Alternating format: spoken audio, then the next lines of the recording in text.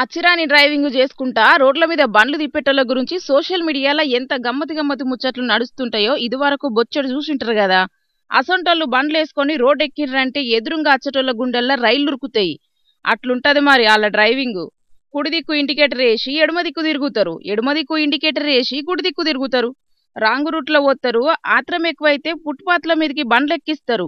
Parking కూడా చక్కగా చెయ్యరు. గిట్లా చెప్పుకునేటందుకు ఎన్నో ఇచ్చెంత్రాలు ఉన్నాయి గాని ఇగో గీ అక్క దిక్కో లుక్కేయండ్రి. చూస్తున్నారు కదా నుల్లా, బండి షాల్ చేసేటందుకే 10 నిమిషాలు పట్టింది అక్కకు.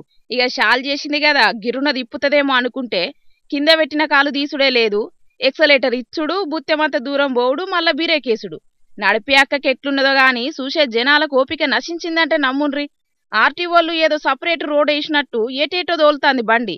యాడ జరిగిందో జాడలేదు గాని డ్రైవింగ్ లైసెన్స్ కోసం ఆర్టీఏ ఆఫీస్కు పోయిన గీయక్క వీడియో మస్తు వైరల్ అయితాంది. ఇది డ్రైవింగ్ టెస్ట్ కాదు, స్కూటీకి సర్కస్ ట్రైల్ అనుకుంటా అని కామెంట్లు పెడుతున్నారు. చూత్తా అంటే అక్క బండి నడిపినట్టు లేదు, బండితోనట్టు గీ అక్క కూడా నడుచుకుంటూ పోయినట్టే ఉన్నది.